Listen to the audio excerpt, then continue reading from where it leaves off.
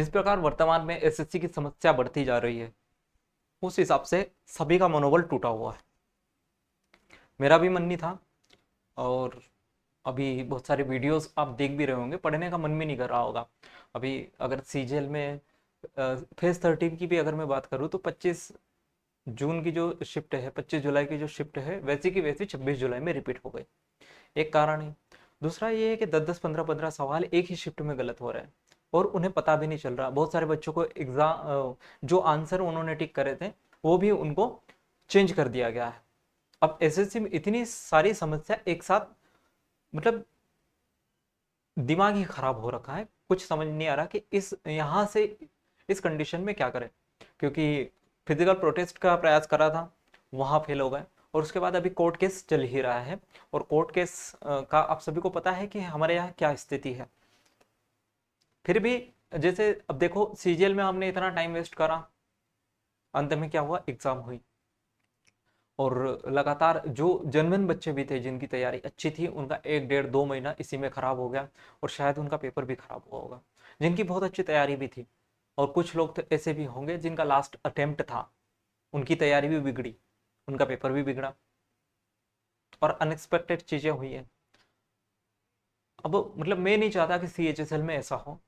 देखो ऐसा है कि हमें पढ़ाई पे ध्यान तो देना पड़ेगा, ये ट्रूथ है। क्योंकि जो कर रहे हैं टीचर्स कर रहे हैं, और अपने लेवल पे, अच्छे लेवल पे सब अच्छा कर रहे हैं, कोई दिक्कत नहीं। कोर्ट केस वगैरह कर रहे चल रहा है, अभिनय शर्मा सर उसको लीड भी कर रहे हैं, बहुत अच्छे से कर रहे हैं। और अगर अभिनय सर उस चीज़ को कर रहे हैं तो आपको टेंशन लेने की जरूरत भी नहीं है वैसे। अब जैसे सीजीएल में हमने ये सारी चीज़ें देखी, हमें ऐसा लग रहा था कि अभी सीजीएल नहीं होगा, और पोस्टपोन्ड होगा, और पोस्टपोन्ड होगा। लेकिन एसएससी अपनी मनमानी पर अड़ी रही। एसएससी ने कहा हम अच्छे से एग्जाम करवा पाएंगे, और उन्होंने कितने अच्छे से करवाया हम सभी को पता है। ठीक है, लगातार चीज़ें आ रही है, और भी चीज़ें आ रही है, और भी चीज़ें आएंगी। एग्जाम पेपर लीक की खबरें भी आएंगी।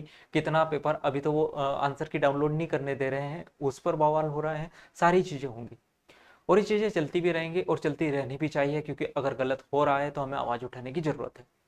ये बात बिल्कुल सही है, और आपको भी उठाना चाहिए। जैसे ज़रूरत हो वैसे सपोर्ट करिए।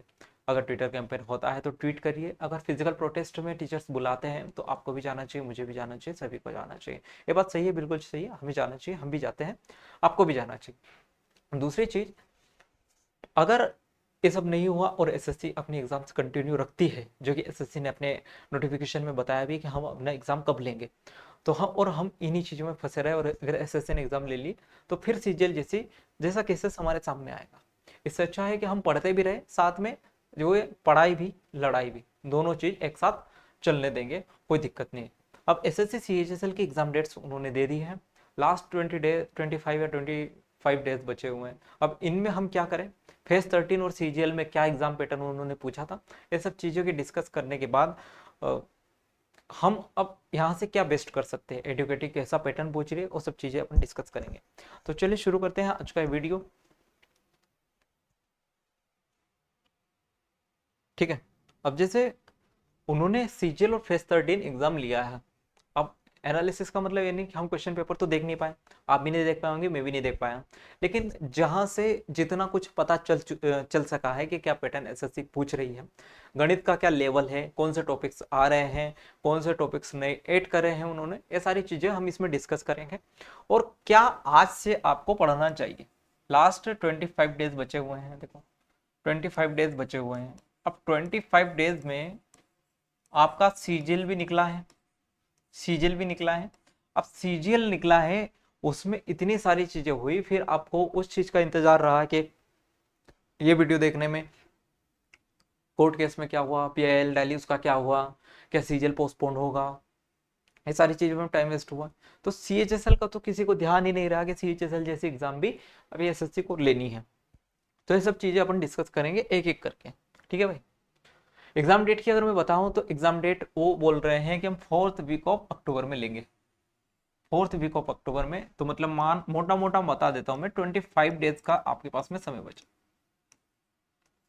25 डेज का समय बचा हुआ। और अगर जिनका सेंटर दूर आएगा उनके लिए मान के चलो 20 ही दिन बचा हुआ है, तो आपको 20 दिन मान के ही अपने आगे की तैयारी, आगे का मॉक टेस्ट, आगे का रिविजन प्लान करना पड़ेगा। ठीक है, अच्छा मैथ्स की बात करता हूं मैं। मैथ्स आपको एक चीज ध्यान रखनी है कि जो मैथ्स है वो सबसे ज्यादा स्कोरिंग है। क्या है? स्कोरिंग।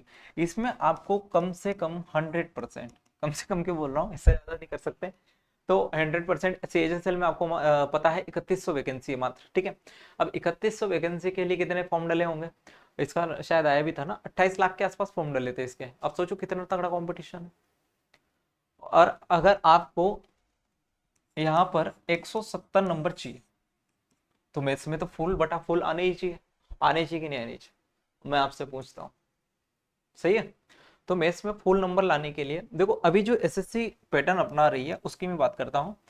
एक तो 3D पर वो ज्यादा फोकस कर रहे हैं, 3D के बहुत अच्छे क्वेश्चन पूछ रहे हैं।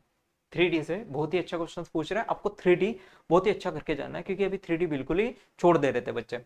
बाकी आप अपना जो पढ़ रहे हैं वो तो पढ़ो ही, लेकिन जो एक्स्ट्रा चीजें, जैसे 3D हो गया आपका, दूसरी चीज आपकी कोऑर्डिनेट ज्योमेट्री हो गई, कोऑर्डिनेट ज्योमेट्री हो गई आपकी। तीसरी चीज जो हो गई आपकी height and distance, height and distance. अगर मैं अर्थमेटिक में बात करूं तो आपका डिसऑनेस्ट शॉपकीपर से भी अच्छे खासे क्वेश्चन पूछ रहा हूं, ठीक है। उसके बाद अगर अपन बात करें यहीं से एवरेज के भी क्वेश्चन अच्छे खासे पूछ रहे, तो ऐसे टॉपिक से जो लगातार देखने को मिले, ऐसे टॉपिक्स है जो बहुत ही कॉमन थे और देखने को मिले। बाकी आप अपना मेंस में क्या प्लान कर सकते हो? पहली चीज तो ये है कि जो भी आपने पढ़ा है 7 दिन का समय लो, 7 दिन का समय, और सभी को एक बार रिवीजन करके रट डालो। क्या करना है? रिवीजन करना है। जितनी भी आपको मेथड्स पता है, जितने भी टॉपिक आपने पढ़े हुए हैं, पहले सभी को रगड़ना है 7 दिनों में, खत्म कर दो पूरा। खत्म करने के बाद में आपको क्या करना है? ऊपर ऊपर से पढ़ना है भाई, वरना पता चलेगा 100 150 क्वेश्चन। उन टॉपिक्स के जो टॉपिक आपका थोड़ा कमजोर है, आपको लगता है कि नहीं मुझे प्रैक्टिस की जरूरत है, उसके 100 क्वेश्चन लगा लिए बस। कितने क्वेश्चन? 100 क्वेश्चन आपके पास में लगा लिए, ठीक है। ये मिनिमम बोल रहा हूँ कि ठीक है 100 क्वेश्चन आप लगा सकते हो। दूसरी चीज, अब यही इन 7 दिनों में आपको बनाने हैं शॉर्ट कंसेप्ट नोट। क्या बनाना है? Short concept notes. यानी कि जो भी मेथड आपने किसी टीचर से पढ़ी है, जो भी आपने नोट्स बनाए थे, मान लो परसेंटेज में 10 मेथड किसी टीचर ने दी, उन 10 मेथड को आप एक पेज पे लिखेंगे, वो आपके शॉर्ट नोट्स बन जाएंगे। इन 7 दिनों में ही काम करना है, ठीक है। शॉर्ट कंसेप्ट नोट्स यहाँ पर बनाने हैं कि जैसे भाई शॉप के डिसऑनेस्ट शॉपकीपर को सोल्व करने की क्या विधि है, या फिर ज्योमेट्री के सारे फार्मूले, 3D के सारे फार्मूले, एलजेब्रा के सारे फार्मूले, ऐसे करके सारे के सारे आप शॉर्ट कॉन्सेप्ट नोट्स अब बना लेंगे बेस्ट, ठीक है। उसके बाद जो बचा हुआ टाइम है, बचा हुआ टाइम है, यहाँ पर आपको वो टॉपिक्स प्रैक्टिस करने हैं जिनमें आपको लगता है डर। जैसे मान लो किसी को ज्योमेट्री से डर लगता होगा, किसी को अलजेब्रा से डर लगता होगा, उन टॉपिक्स की है। और प्लस में आपको लगाने हैं मॉक टेस्ट। क्या लगाने हैं? मॉक टेस्ट, ठीक है। ये सेकंड फेज हो गया आपका। ये भी आपका लगभग मान के चलो 7 दिन का होगा। कितने दिन का होगा? 7 दिन का। तो बचा हुआ टाइम आपको कहाँ देना? वो टॉपिक जिनमें आपको डर लगता है अब भी, इन 7 दिन के रिवीजन के बाद भी, और आपको लगता है कि इन टॉपिक्स को मुझे पढ़ना चाहिए, ठीक है। अब जो आखिरी बचा हुआ है 7 दिन है, इसमें ओनली आपको मॉक टेस्ट देना है। क्या देना है? मॉक टेस्ट देना है। और मॉक टेस्ट से आपको यह देखना है कि अब भी ऐसे कौन से टॉपिक बचे हुए हैं जो मुझे दिक्कत दे रहे हैं, जिनके सवाल मुझसे नहीं बन रहे हैं, या फिर जिनका कंसेप्ट मुझे ध्यान नहीं आ रहा है, या फिर जिनमें लगातार सिली मिस्टेक्स हो रही है। ऐसे टॉपिक्स को फाइंड आउट करो, उनको रिवाइज करो। लास्ट दिनों में बेस्ट स्ट्रेटेजी है, इससे ज्यादा कुछ नहीं। अपने टाइम को 3 पार्ट में बांटो, 3 पार्ट में बेस्ट यूटिलाइज आप कर पाओगे। इसमें मैंने ये नहीं बताया कि आपको इतने घंटे पढ़ना है, इतने घंटे नहीं पढ़ना है, वो सब आप डिसाइड करोगे। आपका जैसा गणित है उस प्रकार से आप डिसाइड करो, ठीक है। बस इतनी सी स्ट्रेटेजी है गणित की। अब मैं वो पॉइंट नहीं लिखूंगा यहाँ पर, इतना वो कर लो वो कर लो, पहाड़ है, गिनती, कैलकुलेशन, बॉडी स्ट्रांग होनी चाहिए, सोल्व करने का तरीका। अभी बिल्कुल भी सोशल मीडिया नहीं देखना है, अपने माइंड को ब्लॉक कर देगा। फिर वहां कहोगे कि यार मुझे तो अपना कंसेप्ट ही ध्यान नहीं आ रहा था। इंस्टाग्राम बिल्कुल ही रील्स वगैरह नहीं देखनी है 21 दिन। अगर आपको CHSL निकालना है तो बिल्कुल भी बंद कर दो। और ये अभी नवरात्रि में गरबा वगैरह देखने जा रहे, दम जाओ, एग्जाम निकालनी है तो बाद में देख लेना है, अगले साल भी नवरात्रि आएगी भाई, ठीक है। अगला है इंग्लिश। अब इंग्लिश में भी उन्होंने पैटर्न चेंज करा, उन्होंने क्लोज टेस्ट को देना बंद कर दिया है। अब वो जो दे रहे हैं वो दे रहे हैं पैसेज, ठीक है, और वो कैप भी न्यू कैप दे रहे हो, ठीक है। न्यू वोकैब, और यहाँ पर वो दे रहे नरेशन के भी अच्छे क्वेश्चन है और एक्टिव पैसिव के भी, एक्टिव पैसिव और ग्रामर। अब इंग्लिश में जो आप करोगे वो क्या करोगे, शुरू के जो 7 दिन है, शुरू के 7 दिन, इसको भी 3 पार्ट में डाल। शुरू के 7 दिन में जितने भी ग्रामर के टॉपिक्स हैं, जितने भी ग्रामर के टॉपिक्स हैं उनको पकड़ो, उनका रिवीजन करो, उनका रिवीजन करो, और इसके हर टॉपिक के 50 क्वेश्चन प्रैक्टिस करो, पीवाई। ठीक है, अभी तो पीवाई क्यू अवेलेबल होंगे सभी के पास, अभी तो बुक होगी, तो यहाँ से 50 क्वेश्चन प्रैक्टिस करो शुरू के 7 दिन, और कुछ नहीं करना। अगले 7 दिन जो है, अगले 7 दिन प्लस वोकैब को चलने देना भाई, जिसने वोकैब पढ़ी है उसका रिवीजन चलने देना। ठीक है, अब अगले 7 दिन आप क्या करोगे, अगले 7 दिन आप करोगे PQRS। PQRS में कुछ मत करो, 250 कर लो खाली, बहुत है इतने, और पैसेज कर लो। पैसेज अगर आप 50 भी कर लोगे तो भी आपका काम चल जाएगा आराम से। बस अगले 7 दिन ये करो, और फिर नेक्स्ट 7 दिन, अगले 7 दिन ओनली मॉक, ओनली मॉक। ठीक है, अब इन 7 दिनों में आपको ग्रामर यहाँ पर पढ़ ली, पूरा रिवीजन हो गया, लेकिन हो सकता है आप कुछ रूल्स भूल जाओ, तो इनके भी जैसे अपन ने मैथ्स के कंसेप्ट नोट्स बनाए, साथ में यहाँ पर इसके नोट्स बनाते चलने हैं, रूल्स के नोट्स बनाते चलने हैं। ठीक है, जिससे भी आपने कंसेप्ट पढ़ा है, रूल्स पढ़े हैं, वहां से आपको इसके नोट्स बनाते हुए चलना है। आपका बहुत फायदा होगा, बहुत ज्यादा मजा आएगा आपको ऐसे पढ़ने में, 3 पार्ट में, और आपको रियल ग्रोथ आपकी दिखेगी। ठीक है, ये इंग्लिश का बेस्ट पढ़ने का फिलहाल तरीका है। ठीक है, चलते हैं आगे। अगला सब्जेक्ट है जीएस। जीएस के बारे में मैं कुछ नहीं कहता, सूर्य के प्रकाश में जितनी भी चीजें उपस्थित है वो सब जीएस का सिलेबस है। और मेरी खुद की ही हालत जीएस के समय बहुत तंग थी। कुछ नहीं कहूंगा, बस खाली ये कहूंगा कि ये जो टॉपिक है, इकोनॉमिक्स, पॉलिटी, हिस्ट्री, ज्योग्राफी और साइंस, इनका रिवीजन कर लो। रिवीजन प्लस क्वेश्चन, अगर कुछ नहीं पढ़ा है तो भी आपके 12 क्वेश्चन कहीं नहीं गए, और ये बना लिए मतलब सिलेक्शन पक्का।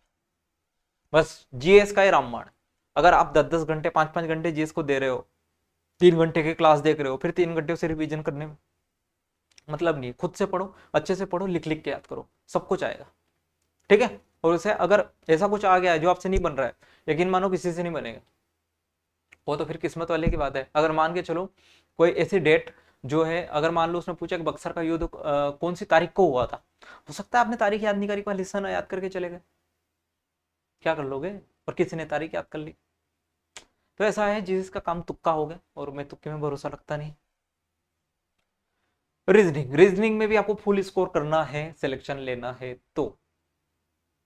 ठीक है, और रीजनिंग में ऐसा कुछ नहीं आ रहा, बहुत ही इजी उन्होंने पूछी है।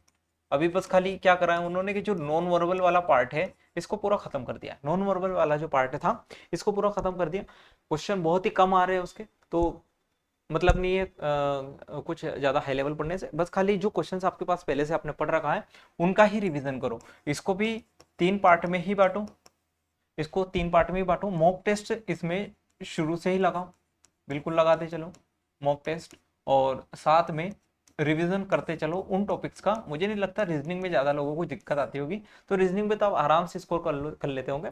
बस जो टॉपिक है कोडिंग डिकोडिंग उनके हाई लेवल की प्रैक्टिस कर लो थोड़ा सा। बैंकिंग का जो प्री है उनके क्वेश्चंस देख लो, नंबर सीरीज के क्वेश्चंस देख लो, और मिसिंग नंबर के क्वेश्चंस देख लो, वो अच्छे पूछ रहे हो। और बस खाली ऐसा कुछ नहीं है रीजनिंग में कुछ पढ़ने लायक, बस जो पढ़ा हुआ है उसका पूरा रिवीजन करो, टॉपिक्स कुछ भी नहीं छोड़ने हैं। ऐसा हो सकता है कि अगर आप कोई टॉपिक छोड़ के गए और उसका आसान क्वेश्चन आ गया फिर दिक्कत आ जाएगी। और अभी क्वार्टाइल परसेंटाइल वगैरह कुछ भी पढ़ने की जरूरत नहीं है, ऐसा कुछ नहीं आएगा और ना ही आ रहा है, सीजीएल में भी नहीं पूछा था।